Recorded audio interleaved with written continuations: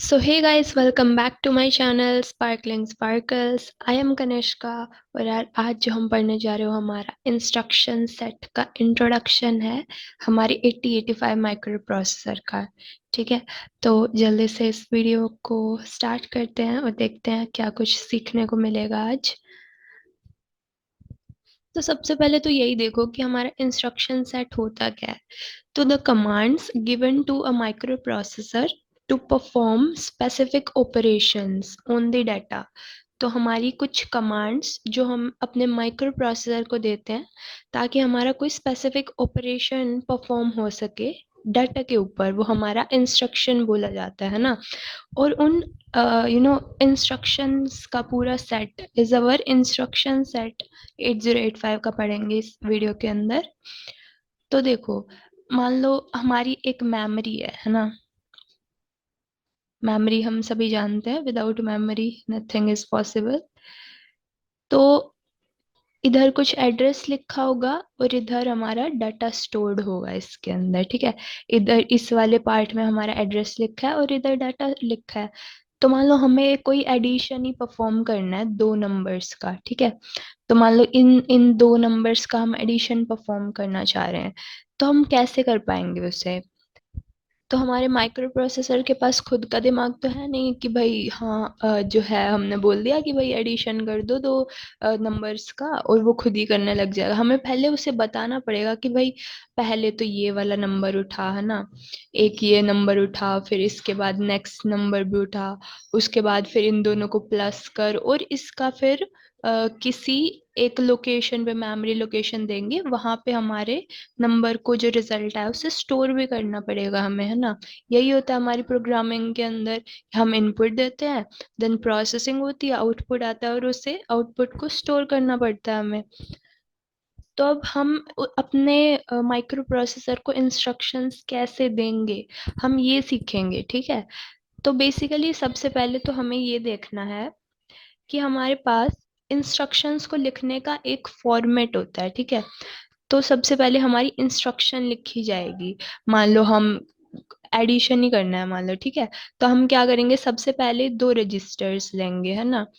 फिर उन रजिस्टर्स को फिलअप करेंगे डाटा के साथ अपने, है ना। फिर उनका एडिशन परफॉर्म होएगा और फिर उसे हम कहीं पे एक अलग मेमोरी लोकेशन या फिर हम किसी रजिस्टर के अंदर स्टोर करेंगे। तो ये वाली जो इंस्ट्रक्शंस देंगे हम कि भाई पहले इसे फिल करो, फिर इसे फिल करो, ये सारी हम कहाँ लिखेंगे, ये इंस्ट्रक्शन वाली जगह पे। फिर जो चीज़ हमारी इम्पोर्टेंस रखती है, हमारी डेस्टिनेशन है। डेस्टिनेशन इज जो भी मैंने बताया था कि हम अब स्टोर कहाँ कर रहे हैं, है ना, जिस मेमोरी लोकेशन पे या जिस रजिस्टर के अंदर स्टोर करना चाह रहे हैं हमारे आउटपुट को, है ना। वो वाली चीज़ क्या है, हमारी डेस्टिनेशन।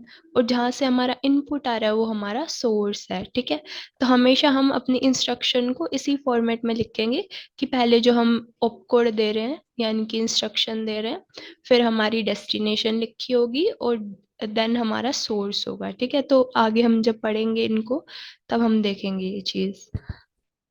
फिर अब जो हमारी इंस्ट्रक्शंस होती है ना यार, ये 5 टाइप्स की हो सकती हैं। ठीक है, they could be of 5 types.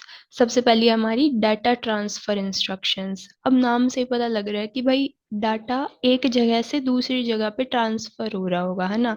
कि भाई एक या तो इस रजिस्टर से इधर चला गया या इधर से इधर आ गया, है ना। तो ऐसा कुछ वहां पे ट्रांसफर हो रहा होगा हमारे डाटा का। तो वहां पे हमारी डाटा ट्रांसफर इंस्ट्रक्शंस होंगी। इसके बाद हमारी अरिथमेटिक है। अरिथमेटिक में भी नाम से ही पता लग रहा है कि कहीं एडिशन, सब्ट्रैक्शन, मल्टीप्लिकेशन, डिवीजन ऐसा कोई ऑपरेशन हो रहा होगा हमारा।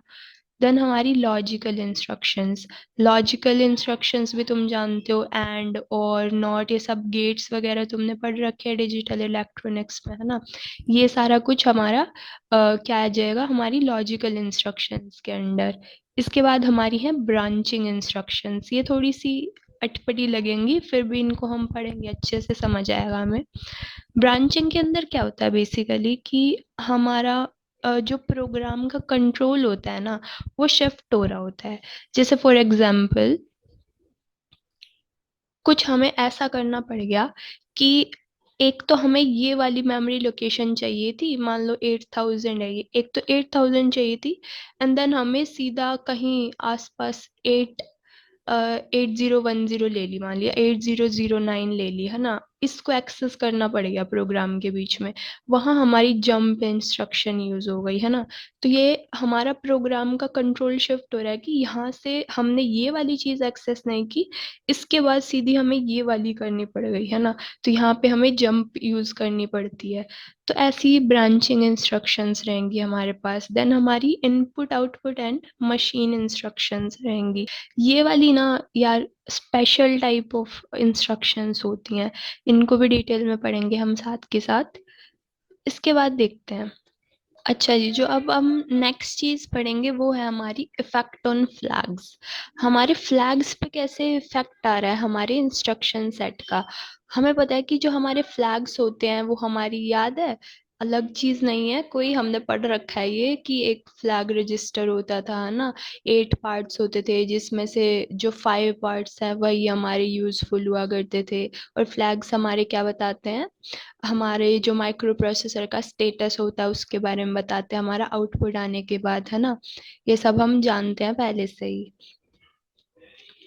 तो अब जो हम पहला जो हमारी इंस्ट्रक्शन सेट है पहली, क्या थी हमारी डाटा ट्रांसफर इंस्ट्रक्शंस। ये हमारे एक भी फ्लैग को अफेक्ट नहीं करेगी, क्योंकि हमारा जो डाटा है वो एक प्लेस से और दूसरे प्लेस पे हमारा बस ट्रांसफर ही तो हो रहा है, डाटा के अंदर कोई चेंज नहीं आ रहा, है ना।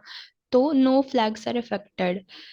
इसके बाद हमारी अरिथमेटिक इंस्ट्रक्शंस हैं, इसके अंदर ऑब्वियसली हमने कोई ऑपरेशन परफॉर्म किया है, कि हमने एडिशन किया, सब्ट्रैक्शन किया, कुछ भी किया, तो हमारे सारे के सारे फ्लैग्स अफेक्ट होंगे। हमें हर एक फ्लैग को चेक करना पड़ेगा कि भाई कौन सा हमारा फ्लैग सेम है या फिर क्या रीसेट है या सेट है, जो भी है हमें देखना पड़ेगा। इसके बाद हमारे लॉजिकल इंस्ट्रक्शंस में भी सारे के सारे, क्योंकि यहाँ पे भी हमारे ऑपरेशंस परफॉर्म हो रहे हैं, है ना। जो हमारी नेक्स्ट है वो हमारी ब्रांचिंग इंस्ट्रक्शंस थी, है ना। अब जैसे मैंने एक का एग्जांपल दिया था कि जंप हो रहा था, है ना। एक जो है मेमोरी लोकेशन से दूसरी मेमोरी लोकेशन पे हमने जंप किया। तो अब ये सोचो तुम कि भाई ऑक्सिलरी कैरी नहीं आ रही है, तो हायर निबल पे मतलब ऑक्सिलरी कैरी कब सेट होता था हमारा, जब हमारी, एक मिनट दूसरा हाइलाइटर ले लूं।